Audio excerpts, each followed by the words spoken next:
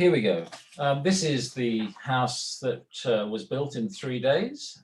Judy and I built this in 2015. It's all our own work, of course. You know, we were up the ladder. No, we weren't.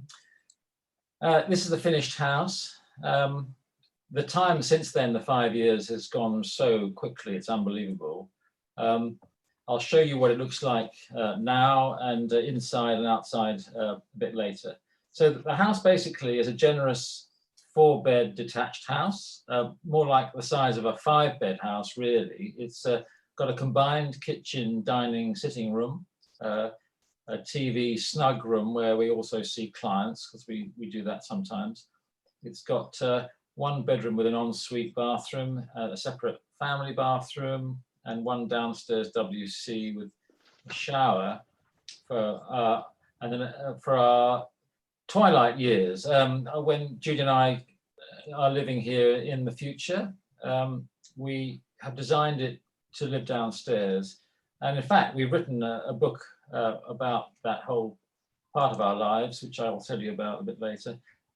It's called Oct'20, and for us this was a downsize from a 6-bed Victorian house, about 100 meters away from here, so not far away.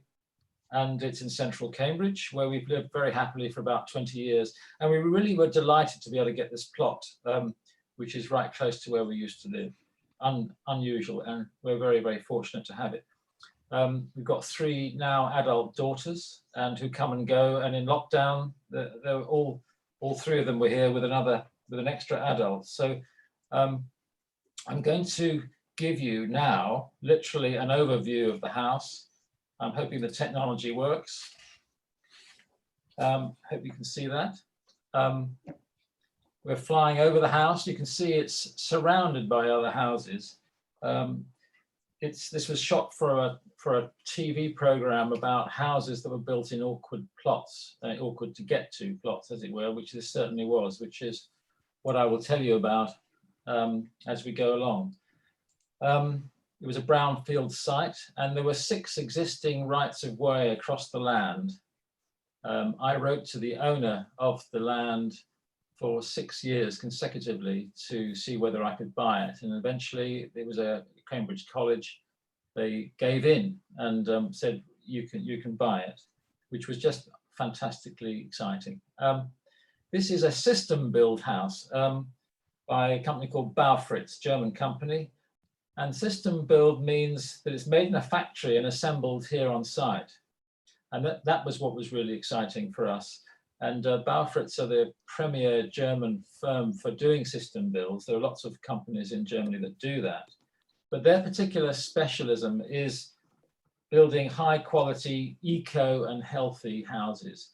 So, and another thing that's different, apart from the fact that it's made in a factory, is that it's a fixed price, fixed time scale build. So it was a year from planning permission to us moving in, which is, I think, pretty quick. And the other thing which is unusual is that everything in the house is included in the price. The flooring, the heating, the lighting, the bathrooms, the showers, the tiles, the sinks, the taps, the toilets, the doorknobs, the paint finishes, the windows, the blinds, the chimneys, the plumbing, the electrical stuff, the exterior finishes, everything except the kitchen and the concrete slab and groundworks and the PV panels that you can see on the roof. They were a separate contract. But so almost everything came in as part of the package that we went for. And there are specific reasons why we thought that was a good idea, which I can go into in a minute. So as this little film draws to a close, which it will do in a moment, I could take some questions, but it might be a bit soon for questions. I don't know what you think. We haven't had long enough to get going yet, maybe.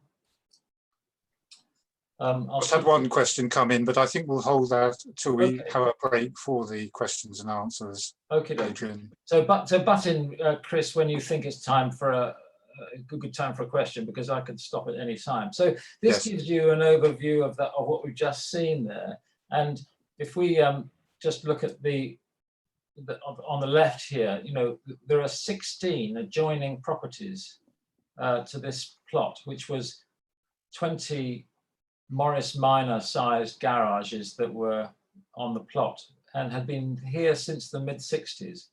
And as you can see, in particular, the access on the, you know, here down this little passage beside this house here is particularly narrow. It's only 3 meters wide.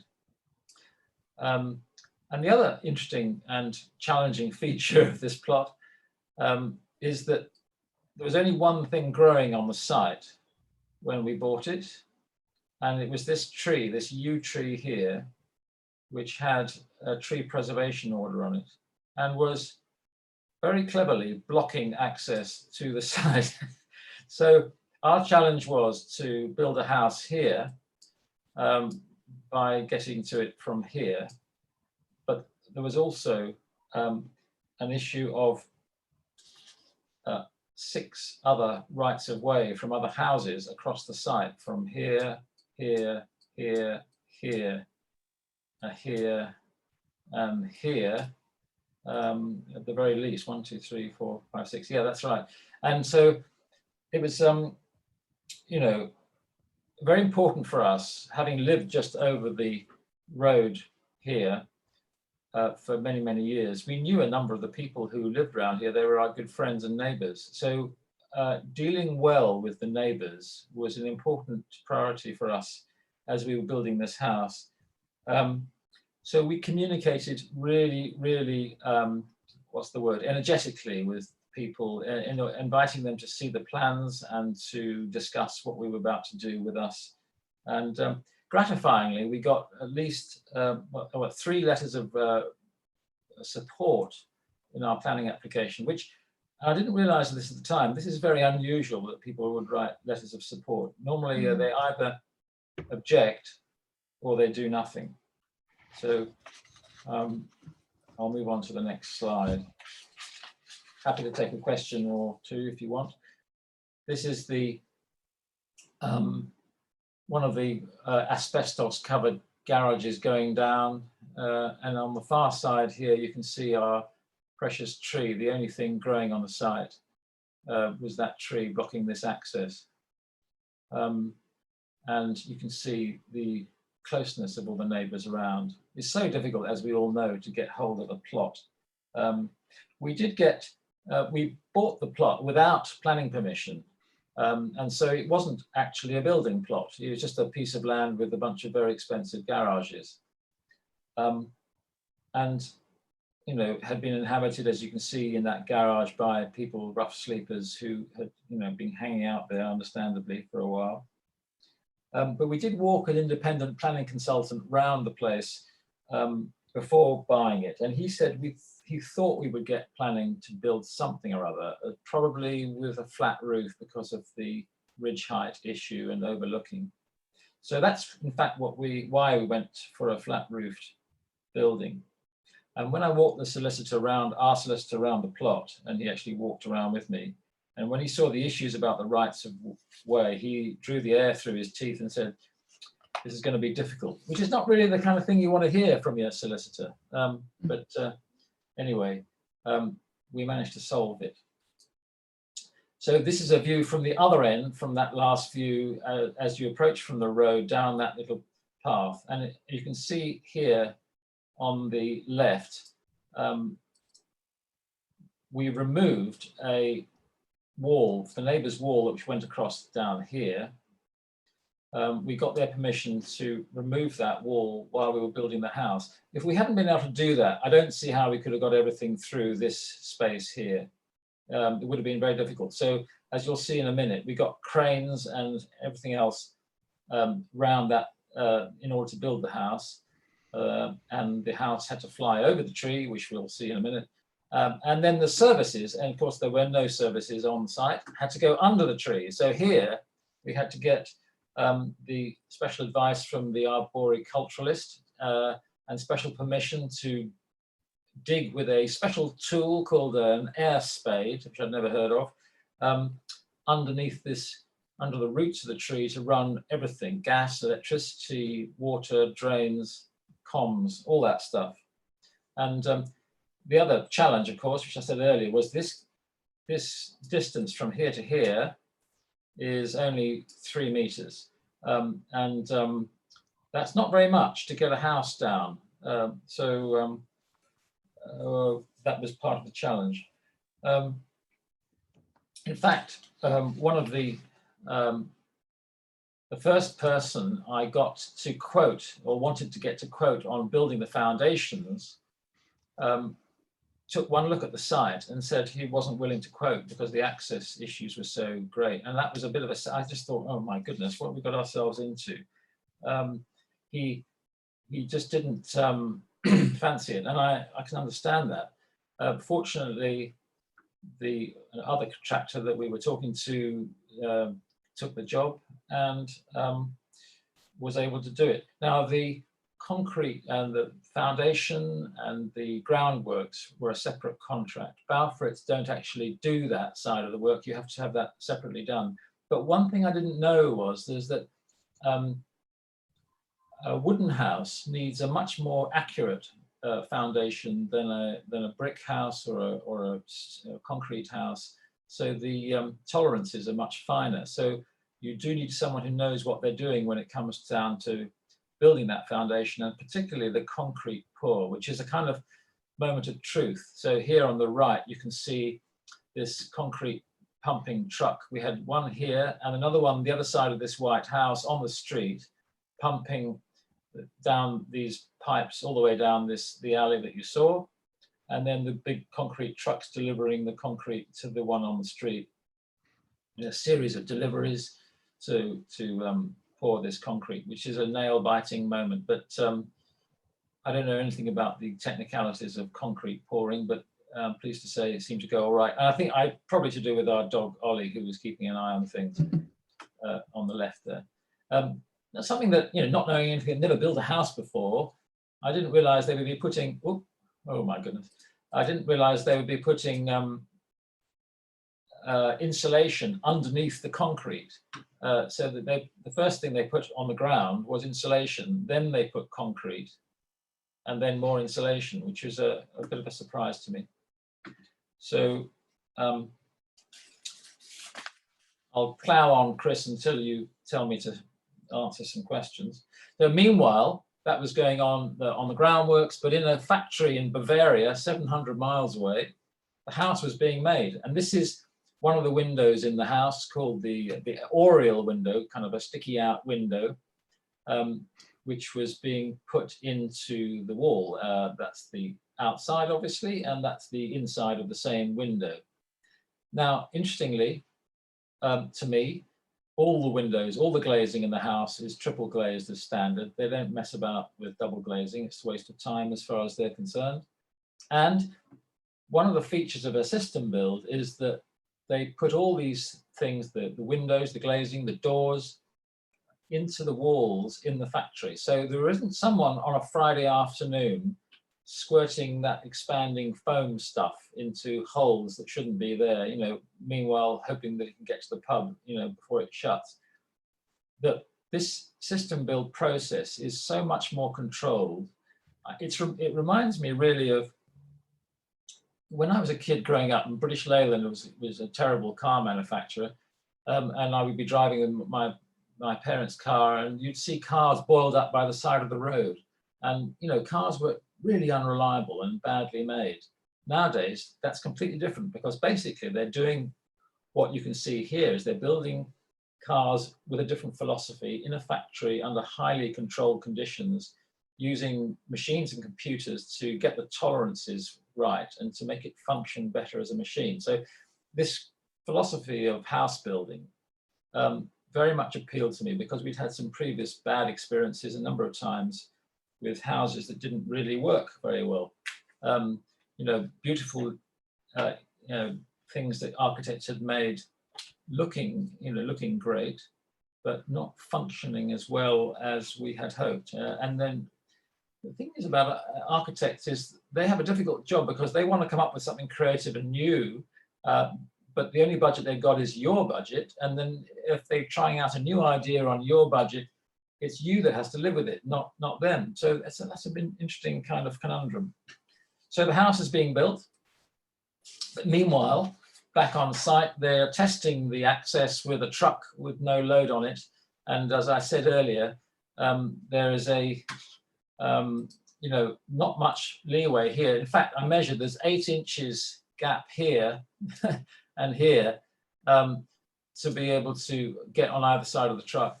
And they're going to have to get the whole house down this little lane. And this is where all the services ran, as I said earlier, they're already run in there. How are we doing, Chris? Nicola? Yeah, Doing fine. Right. So I think we'll get to the assembly video, and then we'll Then do some take some questions after that. That's fine, great. Okay, so this is Ollie, the dog, just making sure the slab is okay. Again, you can see the access on this side of the tree was absolutely crucial for getting the cranes around, as you will see in a minute. Baufritz have a team of people who, well, in fact, different teams of people who have different functions. And so they have an assembly team. All they do is assemble the houses. And I'll show you a film in a moment, which is basically the house going up. This is their kind of workshop, tool chest, which they have delivered just before everything started. Scaffolding was to go around the whole place before the house was about to go up. And as you can see, there isn't much space here. And this is going to be filled with a 25-ton crane here any minute now, here. And there's going to be a 40-ton crane sitting there to get the house from here to here. So it's going to be fun and games. This is the drawing that the crane people did to show how they're going to do this. They sent someone to measure up and to make sure to see how they could do it. So they had to have 2 cranes because this one didn't have a long enough reach to get to the far end of the house. The house is 18 meters long in the long dimension and 8 meters wide. And here's my wife, Judy, who is a qualified crane driver. So here is one of the first bits of house arriving. As you can see, very little space to get that into place. And I'm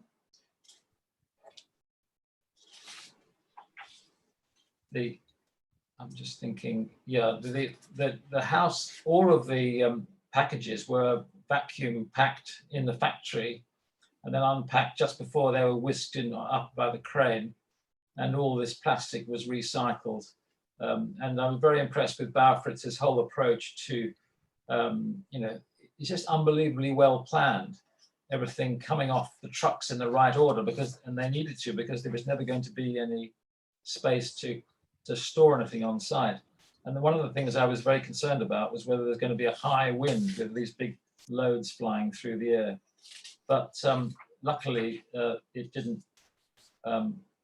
happen, that the wind was too windy.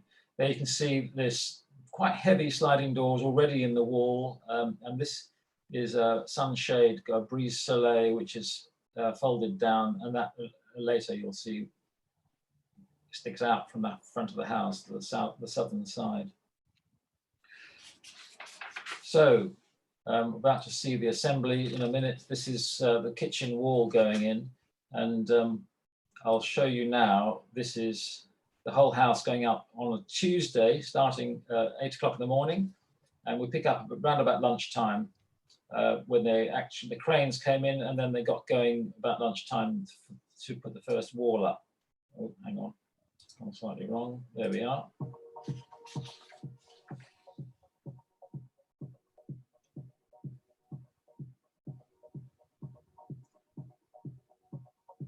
All the outside walls go in first.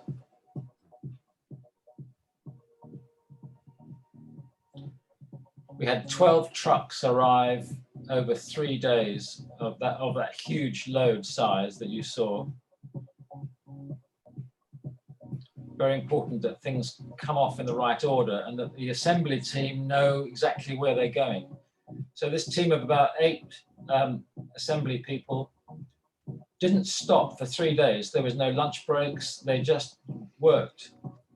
As you can see, it's coming up to 6 o'clock on the Tuesday evening, and they've got the whole of the ground floor and the ceiling in place. This is the next day, 8 o'clock. They've got the ceiling and the ground floor. Here comes the staircase, and the staircase is going to go in, boff, in one lump. And then in come the side walls. I was nervous it was going to get windy and rainy, but there was a smattering of rain, but nothing too bad.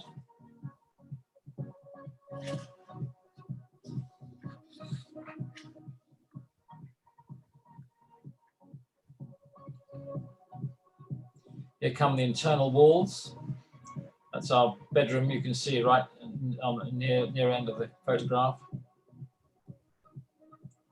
The plans are on a little trestle. You can see they move them around now and again, but they hardly ever look at them.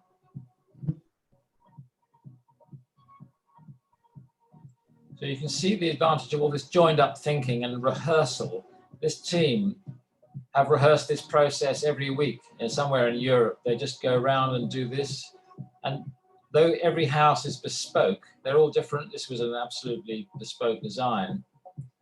The methods that are used to create it are all the same. This is the 3rd day, 8 o'clock on Thursday. In comes the roof. You can see the amount of insulation that's in those members there. Up comes the roof lights and the parapet walls and the rubber roof covering. And that's the whole house being assembled. So that was probably the most exciting 3 days of my life. And you know, it's all watertight. The house is built. It's quite astonishing. So maybe we'll take a couple of questions. Yeah. Okay. Thanks, Adrian. Several appreciative comments about the video have just come up on the chat board, and got a few questions to put to you. There's some around planning and building control. Yeah. And I'd like to call, first of all, Munish Datta, who has questions about the planning application and particularly about how overlooking of neighbouring properties was dealt with. Munish, would you like to ask a question?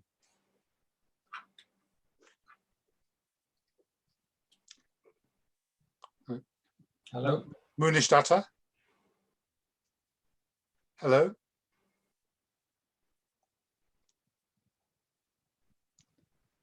Have you unmuted? Chris, you can ask it if Manish can't. Yeah, okay.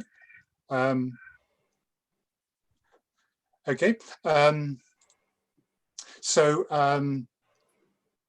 Munish was asking about the ease with which planning application went through, and Yeah. in particular with regard to overlooking issues and that sort of thing.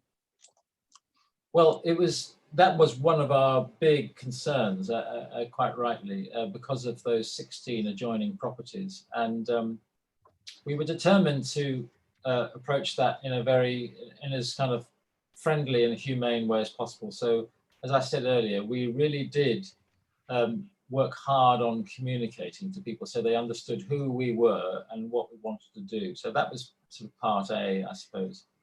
And secondly, we listened to the planning advisor about not making it too huge.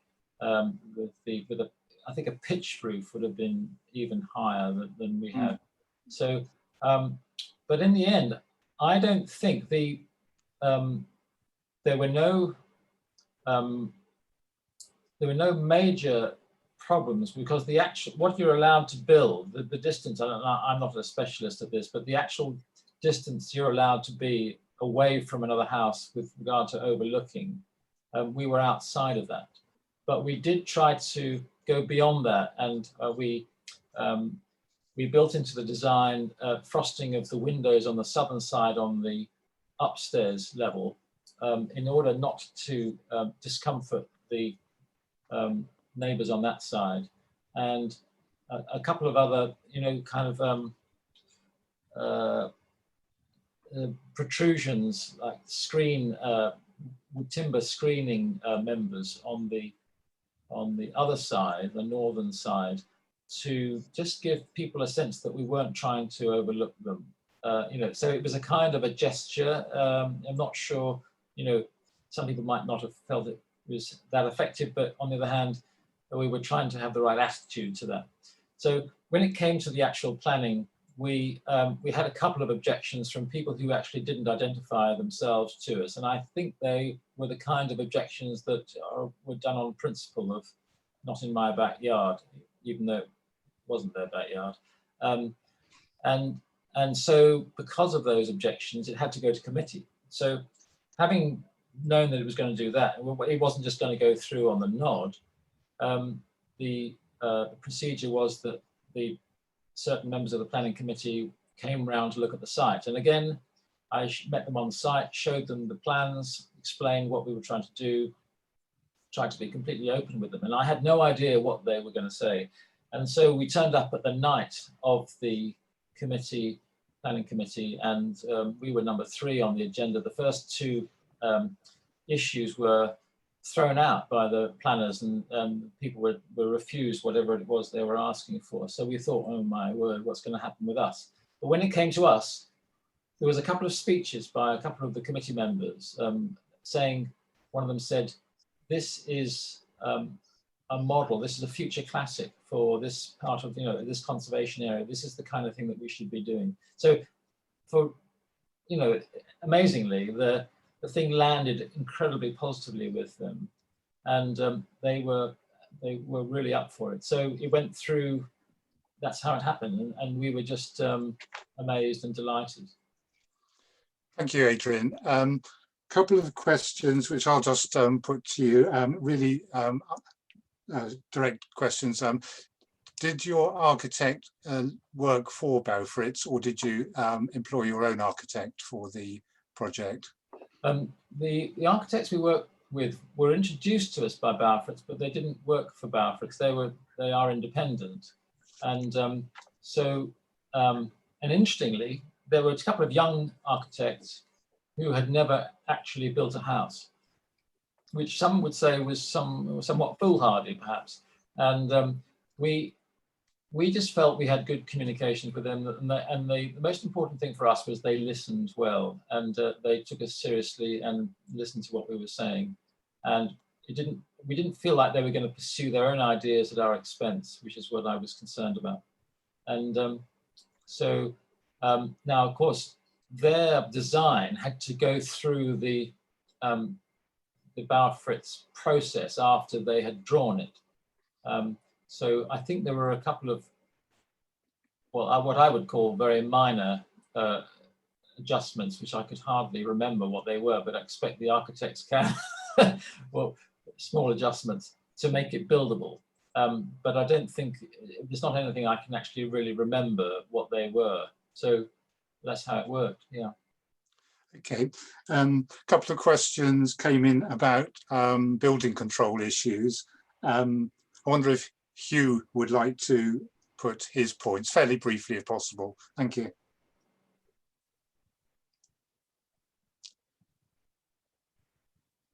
Hi, I'm having trouble at my end with microphones as well, so hopefully you can hear me. I can hear you, yeah. The two things I'm mindful of with timber buildings, which I really like, but there's 2 things that have come up. I've been looking for a site, and one is width of access. Building control always make sure your access lane is at least 3.6 meters wide, so that because it's a new house, they require that a fire pump appliance can get up that lane, unless the lane is very short, because you're not allowed to be able to reverse more than 20 meters without being able to turn the fire appliance around. So that was one. I'll just ask the other question as well, because it's all related. And the other one is with the external timber cladding, building control said, when you look for a site, make sure the site ideally is a reasonable size, so you can set the building a reasonable distance from the boundary, because of something they called unprotected areas. windows and doors and building materials, the cladding in this case, that can actually catch fire, because there's a limit on the amount of these unprotected areas in relation to the site boundaries that the respective wall faces. So there's a lot of timber cladding on your building, and I just wondered how building control viewed what that would be deemed as, i.e. an unprotected area because it's timber, and how that was actually dealt with. Thank you, great questions. I'll deal with the second one first, and I got a very simple answer to the second one, which is I have no idea, because we didn't deal with, I didn't have any conversations with building control about that. And in fact, that issue you mentioned is news to me, so I don't know anything about it. I'm sorry to say I can't help you with that. The first one I can do. Yes, we had a meeting with the fire officer to do with the fact that you're quite right that they insist you've got to have sufficient size to get round a huge fire pump, access to the sides of it, which we certainly weren't going to be able to do with that access which you saw earlier. So what I suggested to the fire officer that we could run in some dry risers, and he wasn't happy with that. But he said you have to put in a sprinkler system into the house, which I was reluctant to do, but we did do. Now this was before Grenfell, and now after, when Grenfell happened, I thought, well, I'm delighted that we've got the sprinkler system in the house. So that was the solution. I didn't really want sprinklers because they do make it a little bit look like a hospital if you take that view. But I've now, of course, don't see them anymore. So that's how we solved it. All right, thank you. Thank you, Adrian. Question about the sizes. We've got, this is Natasha, and the area of the floor area recorded in our case study is 249 square meters. I haven't got a size for the plot, which Natasha was asking about. It's 540 square meters is the main plot the house is on. That's not counting the access road. So yeah, that's the kind of, it's basically the size of 2 double tennis courts. Got a question here from Dee and Kim Balshaw. Would they like to come in now and just give their question?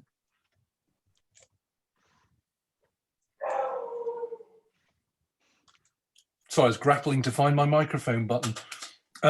Yeah, thanks very much. Very, very interesting. In terms of this kind of build, yeah, I sense some resistance from the traditional brick and block kind of build, yeah, versus what is quite a modern system. Is there an expected life of the house? That's a good question. Yeah. Yeah. I asked that question, and they said, go and look in Switzerland at the wooden houses that are there. There's several hundred years old. Because I did wonder whether a wooden house would survive in our climate, but what I'd learnt was that a wooden house the water needs to drain off the timber facade, and as long as it dries out, it won't rot. And so the trick is to angulate all the little parts of the outside of the house so it does dry out. And I haven't actually got a photograph that I can show you close up, but that's what they did basically. If you came and saw it, you'd see that they took a great deal of care to do that.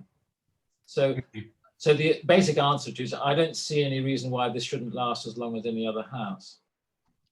Okay, thank you.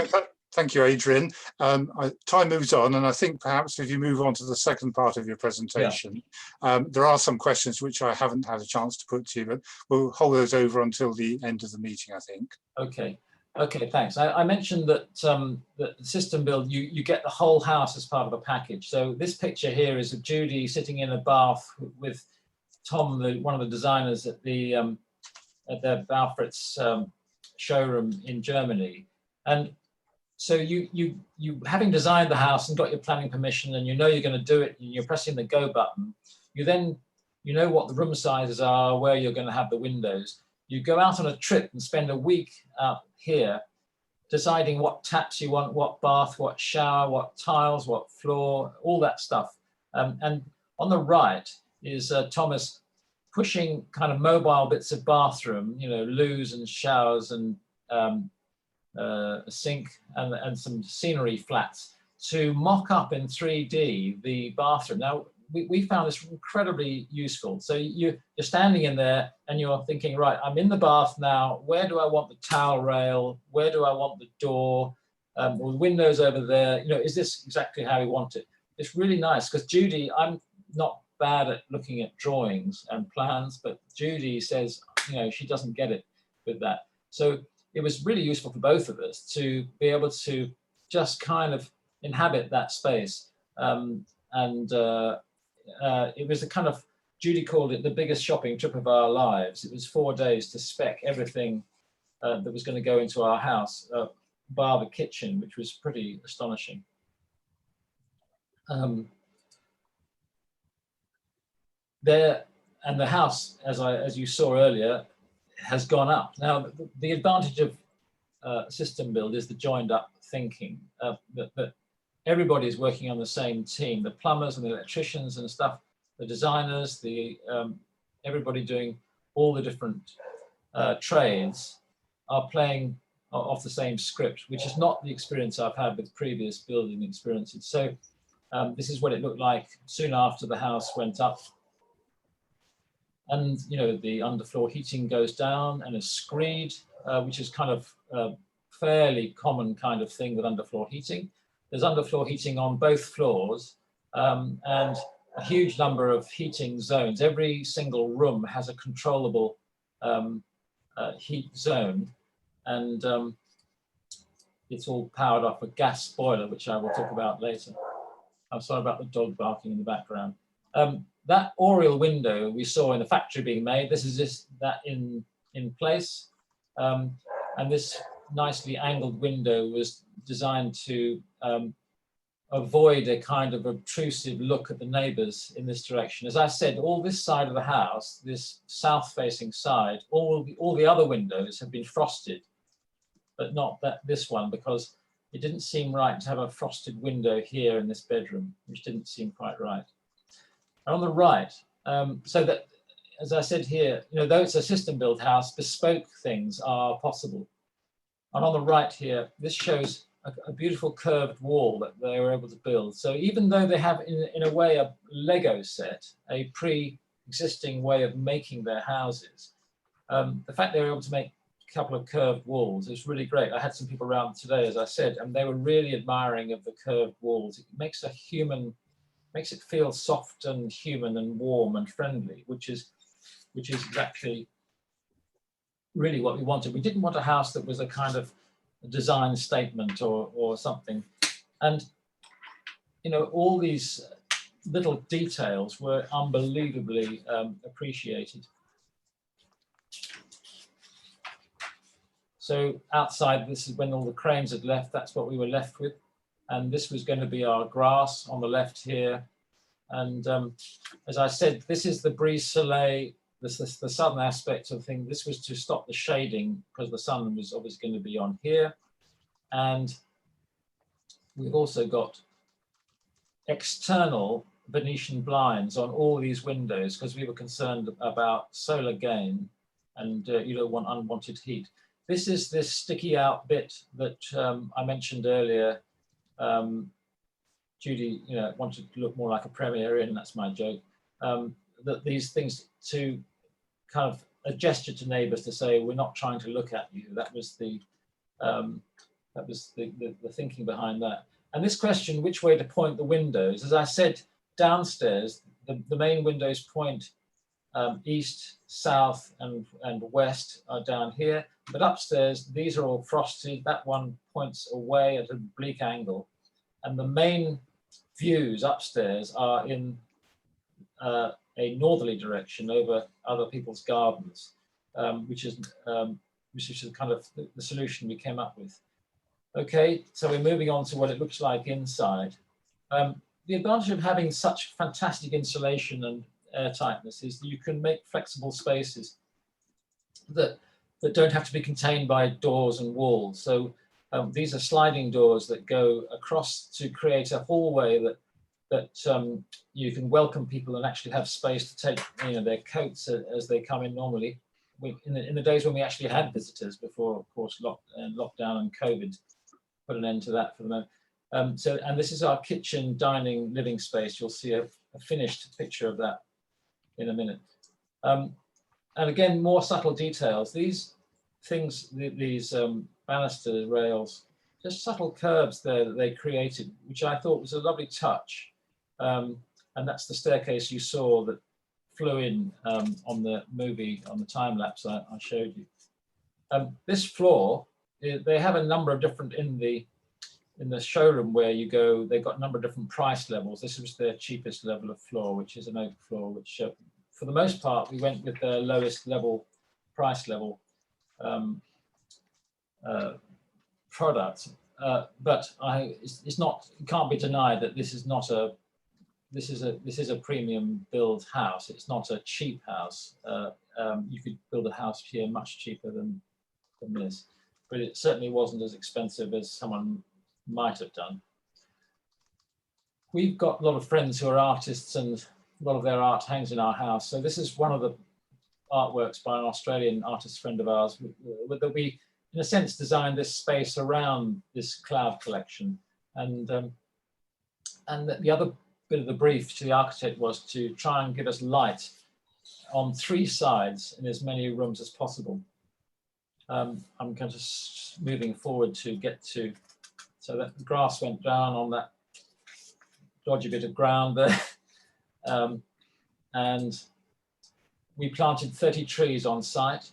And on the right here, you can see the fence went back for the neighbour's garden here. We'd had, as I said, had driven the cranes around there. Without that, we would have had great difficulty in getting the house built. Just moving it on. Shortly after we had moved in, we planted a lot of hornbeam trees. As I said, these had just gone in that autumn, and I'll show you what it looks like now. This was this week. The house has changed colour, rather like my hair, it's going grey, and this hornbeam has grown considerably in 5 years. We planted these hornbeams last year, so they will hopefully catch up with these ones. And you know, that's, you know, the whole issue of privacy and overlooking is always with us, really, but there haven't been no problems, and we've got great relationships with our neighbours. So this is what it looks like, the kitchen now, as it is when it's done. So kitchen was a separate contract, as I said. So we just got John Lewis to put in the kitchen there, and that was pretty much the only thing that Baufritz didn't provide, apart from our own furniture. That's a view here of our hallway. And you know, the lovely thing about, and it's completely new to me, having lived in Victorian houses all my life, is no cold spots. Everything, there's a calm, sort of even temperature throughout the whole place, which is really much appreciated. And it always smells fresh because of the mechanical ventilation with heat recovery, which I will show you in a minute. As you can see here, both of these shots, you know, the light from above, from those skylights you saw from the flat roof, that's, you know, one of the advantages of having a flat roof. It's great. So here's a little film of me just walking around. You might hear me muttering. I don't know whether you'll hear the sound. The entrance to the house, because that's where you welcome people. And in our old houses, we had to struggle around to take their coats off and make them welcome as they arrived. And that goes straight into this living area here, the kitchen, dining, sitting area, which is a place where we spend most of our time, to be honest, so it works very, very well. We do have another sitting room, which is down here, which is very small. And it's used mainly for watching television and movies. At the moment, it's being used as a dance studio. This was filmed during lockdown. Here is the best room in the house. This is the plant room. Bicycle, boiler, hot water tank, place for feeding the dog, place for fixing things and making things good. And here is the mechanical ventilation with heat recovers. In this huge washing machine like object, brings in fresh air from outside, takes it around the house. It also scavenges the heat from bathrooms and laundry and kitchen, and recycles the heat through the house. So we're saving money, and it's green, and it looks very well. Adrian, I can't hear the audio very well. I don't know if you want to. Okay, sorry about that. It's fine. Just maybe explain what the tubes were at the end and the. Okay, yeah, I'll just go back to that. Sorry, I didn't know how to get around that. I'll just whiz to the. If I can get there. I think the rest was self-explanatory. Oh,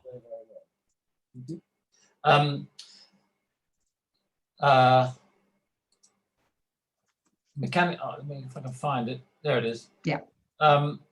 So the kitchens and bathrooms have little grills and pipes that bring the air, the stale, warm air from bathroom, laundry, kitchen, such like, into here, and the heat is taken out of that in the heat exchanger there in that big box, and combined with the fresh air that's being brought in all the time. Because when you make a really, really airtight house, it's like living in a plastic bag. You have to ventilate mechanically, and that was one of the things that I was nervous about. You know, I didn't want lots of things that are going wrong all the time, but it's been absolutely perfect. It's been running 24 hours a day all year for 5 years. And I just changed the filters. These boxes here are just the filters that I change every 6 months. So that's what creates and distributes the heat around. And it's meant that we haven't needed to use most of the heating in the house. I worked out that I think on this next slide here, where it is, yeah, here it is. That 91% of the heating circuits, and then I've measured the sizes of the space we're actually heating, and it's only 9% of the house. And so most of the heating circuits I've never turned on, which is really rather gratifying. And so sometimes I think myself, you know, why don't we have a much colder winter so we can try it out? But it hasn't happened that way. Any more questions, or I could just talk a little bit about this. I'll just whiz through these because it won't take a moment. Where were we? Yeah, so the relative costs. Well, I don't think this means an awful lot. The house itself costs about 600 grand to build, so that, and you could work out if you've got a mathematical brain what everything else basically costs from there. I'm happy to talk if anybody wants offline about actual costs, because I think in terms of, as far as I'm concerned, it shouldn't be a secret, but I'm not inclined to broadcast it across the internet. We've got this little solar cache thing in the plant room, which takes the electricity that's generated off the solar panels, and it's here at this moment when I took this photograph, it's putting 1.23 kilowatts into our hot water tank. So as you know, or you may know, with solar, you get paid for what you generate, not necessarily for what you use. So you might as well use it anyway and get paid for using it. This is, we're drawing 0.725 from the grid and generating this, and then that's being used in the house.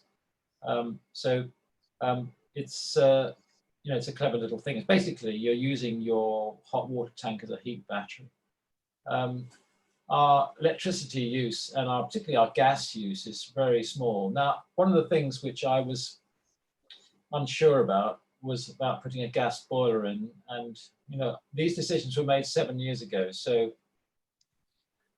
I would probably try to go for air source if it was now. But I was concerned about all those close neighbours, and I didn't want to drive them mad with our noise. And so we didn't do that. The air tightness of our old house was that 11.1 cubic meters per hour per square meter, which is good apparently for a period house. Building regs is 10, which apparently is rubbish. I'm not very up on that kind of thing, but it's not very difficult to achieve that. Our performance on this house is 0.5, which is slightly better than a passive house, I'm pleased to say. And what's working for us is, as you'd expect, it's always warm, no hot or cold spots. As I said, very efficient with the heating. It feels fresh. When you've been away, say on holiday, and you come back, the house feels aired, even though it's been locked up with the windows closed. And that's a lovely, lovely thing. And the space, I suppose the advantage of building a house from scratch is you can build the spaces differently. The house isn't that much smaller than the house we had previously, but just the way the rooms are arranged are much more usable for a modern life. So during lockdown, as I said, we had 6 adults working, on Zooms almost constantly in different rooms, and that worked really, really well. And as I said earlier, it's designed to be flexible for us when we're really ancient, and that'll be a nice side to it. Things I would do differently. The skylights you saw at the top, originally they were going to be openable, and for reasons of getting worried about the budget in the middle of the speccing process, we deleted them, openable ones, which I do slightly regret now, because on the very, very hottest, few weeks of a summer, hot air does accumulate up at the top, and because it's so well insulated, it doesn't get out. So we have to open a lot of windows, and I think if we'd had the chimney effect, that would have solved that. As I said, air source, possibly not gas boiler. My view is when that boiler is due for replacement, that'll be the time to get air source, and I hope by then they'll have a quieter system. 7 years ago, the electrician said, "Do you want an electric car charging point?" I didn't give it enough thought, and I said no. And I wish I had given it more thought. And a lot's changed in that time. Another thing happened with the grey water. We were going to do that, and Anglian Water didn't want us to do it. I don't really understand why. They were resistant, and I was so up to my eyebrows in decisions and other things that we just deleted that item. Well, we do have rainwater harvesting, but that was just something that went by the by. Classic cliche thing with building a house: more storage and more plug sockets. We could have done that, and more topsoil in the garden. I slightly regret the rather rubbish soil underneath the lawn, but that's a minor thing. So I suppose really the learning is, time to reflect on what you're doing is great, and it is really good in any kind of build like this, which it's not rocket science to realise that. I met someone the other day who helps people, just kind of is a kind of coach who helps people build their own house. I think it's someone who's a kind of a resource to bounce ideas off. And that sounds like a great idea. I didn't have someone like that. So we think overall we're really fortunate to have the chance to build this, and we're so delighted and with Baufritz. And if I had the chance to build a house again, I would do it. So thank you, Adrian. There are a few more questions. I think we'll hold those over until after we've wound up the formal meeting. Thank you. Thank you, Adrian. It was absolutely fascinating. I'm in awe of what you did. Thank you very much for sharing it with us. It's a pleasure. Thank you. So Open Eco Homes is organised by Cambridge Carbon Footprint. If anyone would like to donate to the charity so we can continue doing more events like this, that would be fantastic. I think Chris can share a link to an online donation form. I think we're going to... on the chat. Lovely, thank you. I think we're going to probably have at least 10 or 20 minutes, or 10 or 15 or 20 minutes worth of questions. But I think Tom just wanted to do a little roundup of the Open Eco Home season. Okay, well, thanks, Adrian. That was a brilliant finale to this autumn season when we've had 10 tours and 3 talks online. And so initially it was really disappointing that in 2020, Open Eco Homes couldn't be real world. But in fact, it's turned out better than we dared imagine. So we've had over 1,000 bookings for these events and well over 500 participants, like we're all doing now. And so, you know, some of these are a record. We've had record attendance at talks. And in addition to that, another extra thing we're getting this year is the YouTube videos. We'll link you to a video of this tomorrow. And so we've already had 288 views of the YouTubes. And of course, you know, that will increase when this one's up. Lots of appreciation, including a participant who said, an encouraging, helpful, and very clear presentation. Well, it could be about this one, but it was about another. So I just want to say thanks to the big team of volunteers and the 2 staff who've made this all go so well. The hosts of the tours, like Adrian, the organisers and the speakers at talks, and then there's a kind of engine room behind all of this, making it happen. And to all of you lively participants too. So feel free to unmute, or anyone, because I'm now suggesting that we just have a toast to signify the end of this. And it's making best wishes for making your own home energy improvements, which is the aim of all of this. And so let's toast to celebrate the success of this autumn season of Open Eco Homes and to thank all those who are involved.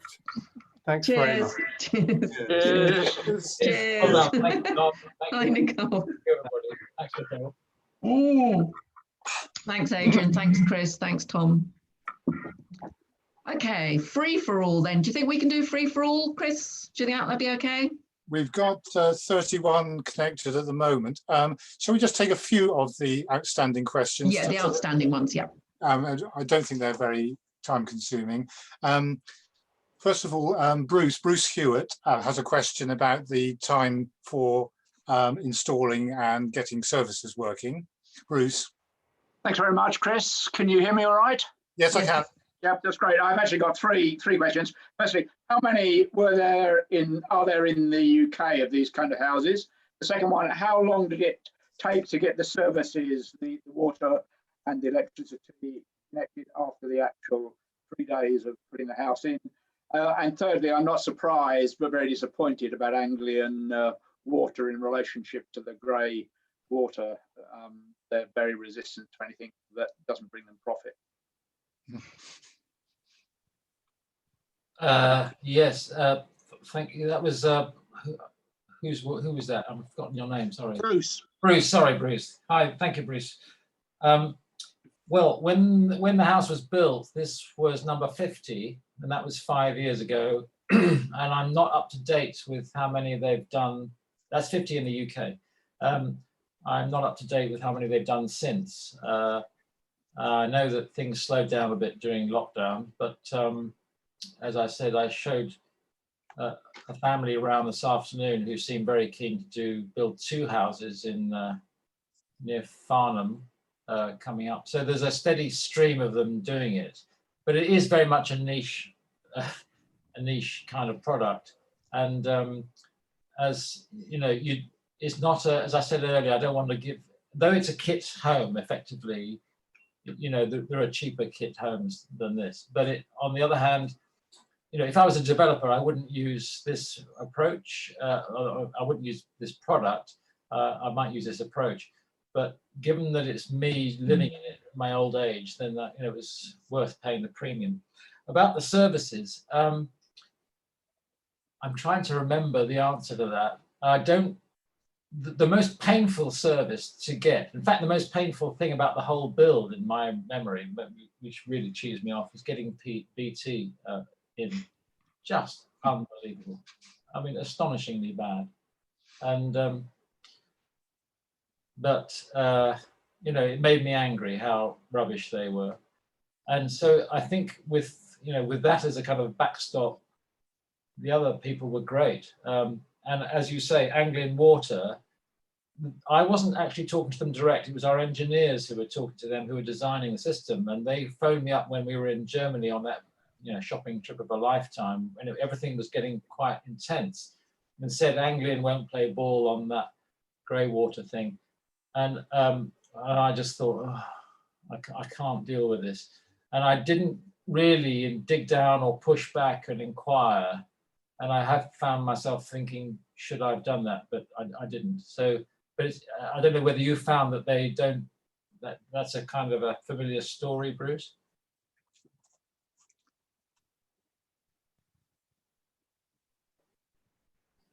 Yeah, unmute yourself, Bruce, please.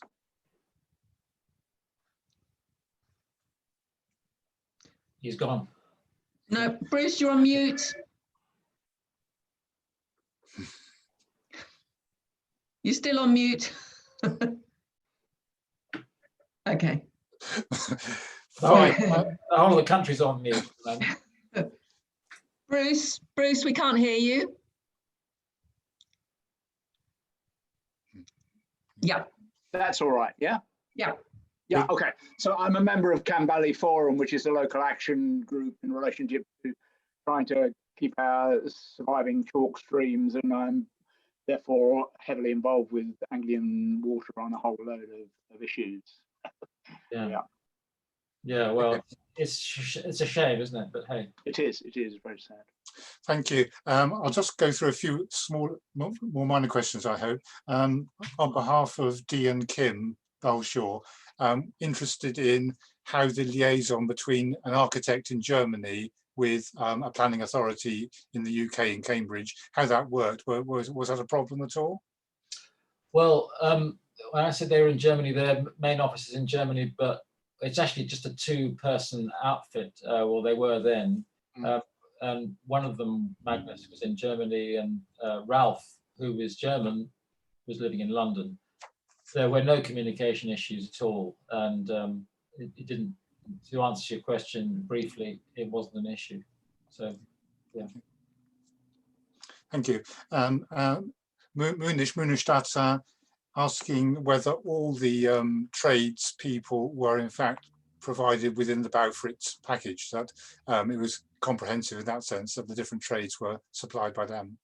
Yes, all of the, as I said, after the groundworks were done, when the house started to go up, and from there to the end, everything was provided, apart from the kitchen, everything was provided by them. Quite a number of them, I mean, I think the majority of them were German, and some of them were sourced here in the UK. For example, the electric contract, which they supervised and paid for and all that, was an English outfit, but they had done lots of Baufritz builds before, so they knew the procedures. So yeah, it was all in. Yeah, thank you. And Munish also asked about whether the PV panels went in as a separate, as an addition to the original build. They did, yeah. So I thought that was the case, yes. Yeah, good. One question from Maria about the noise emanating from the equipment in the plant room. Is Maria still with us? Hello? Can you hear me? No. Yes. Yes. Yes. Hi, Maria. Hi. Yeah. I just wondered. There's various sort of eco technologies that can be a bit noisy. So you've got the MVHR. Is it noisy in the plant room or in the rest of the house? How do you find it? Short answer is it's fine. You can't hear it most of the time. It's on an automatic sensor. It's sniffing what's coming from the down the exit pipe, as it were, coming from the kitchen and bathrooms and so on. So I think I understand, and I'm not an expert. If it senses more carbon dioxide, it cranks up the fan, and when it's on full crank, there's I think 3 levels. You can hear it more loudly, but it's not the kind of intrusive kind of noise, and it doesn't happen very often. So I've been very pleased with it, and I'm a bit picky about sound because I spent my whole career as a specialist in sound and advertising, and so I hate unwanted sound, and that had been one of my concerns, that I didn't want fans driving me mad for the rest of my life. But it's been okay, so I'm pleased. Thanks, Adrian. And one question that Tom Bragg has just given us, can you say more about Baufritz special sustainability features? Tom, does that cover the question? What do you mean, Tom? So I was thinking about the way they insulate the walls and the care they take about sourcing the wood and all of those things. Okay. So their philosophy, I mean, building in wood is a kind of a German thing, and it's not really a British thing. So there are lots of companies that build with wood, but I understand that, you know, a couple of generation or so ago, the wife of the owner of the then wife of the owner of, or the then owner of Baufritz,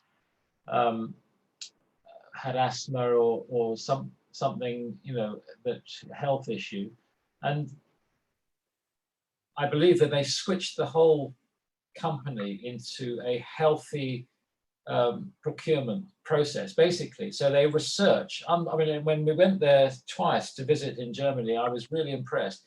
They research the health aspects of all the things that go into the house. As you say, Tom, in the walls, which are, you know, 37 centimeters thick, there's wood shavings inside the walls, which are a waste product, which are treated with soda and whey. And so that's both a kind of eco thing and a healthy thing. There's a Faraday cage in the walls. This comes as standard, so it screens out unwanted electro smog. Unfortunately, it also screens out all mobile phone signals, which sometimes is good and sometimes isn't. So, but they're thinking, and you can't knock the principle, which is we don't want to be frying our brains with unwanted electro smog. The paint, when the place was painted, there was no smell of paint. All the paints are free of naughty things, and the glues are also researched that they don't give off any harmful chemicals. So they've worked really, really hard. The only thing which they did, which is, you know, you might criticize them for, was the insulation on the top, on the roof, on the outside is actually, what do you call it? That white foamy stuff. Polyurethane or PIR? One of those. One of those plastic foam. Polystyrene, I think. But it's not inside the house, so it's not going to affect your health. But apparently they say it's very hard to find anything that performs like, you know, in terms of insulation. So it's not actually going to affect you living in the house, but I think they're slightly embarrassed about that. But hey, yeah, so they've worked very, very hard. And the lights, I'm sitting underneath one now, the LED lights, they've researched the light spectrum on the lights to make sure that actually it's a true light representation, where, as I didn't realize this, that some LED lights are really a bit patchy in the quality of the light they give out. So the fact they've done all this work and they'd actually done their homework and they'd found manufacturers of different aspects of the house that kind of conform to their values was something that really appealed to us. Yeah, and they're a family outfit. So, you know, Mrs. Baufritz has been here, and it was nice to see her. She's the MD. Thank you, Adrian. I think we can take one more question. We're getting up against our time limit. Just to repeat from a question that came in earlier, Ken Gordon, about the choice of heating. Could Ken put his question, please? Hello, yes, thank you very much for interesting talk today. Just curious to know why you haven't considered a ground source heat pump with a borehole and the collector loop on that, because that would be no noise at all. You're right, and that would have been my preferred choice. Unfortunately, it wasn't my preferred budget. That would have, I understand, that would have been at least 20 or 30,000 pounds right there. Should get that back from your renewable heat incentive, though, if that's still working in England. I know we get it up here in Scotland. I have to say I hadn't heard of the renewable heat incentive when we built the house. Yeah. So probably maybe we missed something there, but yeah, maybe doing it now you'd get that. I don't know whether still available 2 more years. I don't know anything about it, so yeah, maybe I should look at that. Yeah. Yeah, honestly, it'd really be worth you looking at But it. what kind of subsidy do you get? Or what, well, the renewable heat incentive would give you about that price you're talking about, and then you'd have to have some form of, you'll get it paid back over 7 years. So there's a lot of green loans out there, very low interest loans that just ease the pain if you want to. Yeah. No, I think that, yeah, ground source would have been good. One of the things that Baufritz, when they build houses, they are not heat. They don't sell heating systems. I mean, they install them, but actually it's down to you to decide that aspect, which, as you pointed out, is a whole world of decision making and research, which I was on my own with. And I think that's why I mentioned the guy, what's his name? I've forgotten his name, the guy who consults just basically on self-build, to have some hand-holding or some community. I mean, this is one of the reasons why I like this forum, is that people can tell each other stuff just like you have now. Yeah. Yes, it's great. So, and thank you very much for letting us join you, because as I say, we're nowhere near Cambridge, we're in the far north of Scotland. So. Oh. Do you have ground source there? Sorry? Do you have ground source? Yes, well, I'm just in the process of getting it organised, because like yourself, when we retrofitted our house, we just didn't have time to go through all that paperwork that's required, and nobody to hold our hands, like you say. Yeah. Okay, and thank you, Adrian. I think we're right up against our time now, so I'll ask Nicole just to wind up. I think Tom. So can I just say, I've just put into chat a link to a really brief survey form, and you could really help us in Open Eco Homes if you have got time to fill this form. It's a really quick one, but it helps us to know your experience and how we can improve this another time. Thanks. We have thermal imaging training courses coming up 4 months over the winter. So if you'd like to borrow one of Cambridge Carbon Footprint's thermal imaging cameras, go to our website and you'll be able to book on to one of the sessions. That's www.carbonfootprint.org. If you'd like to email us any outstanding questions, then it's info@cambridgecarbonfootprint.org as well. Thank you so much, Adrian. Amazing.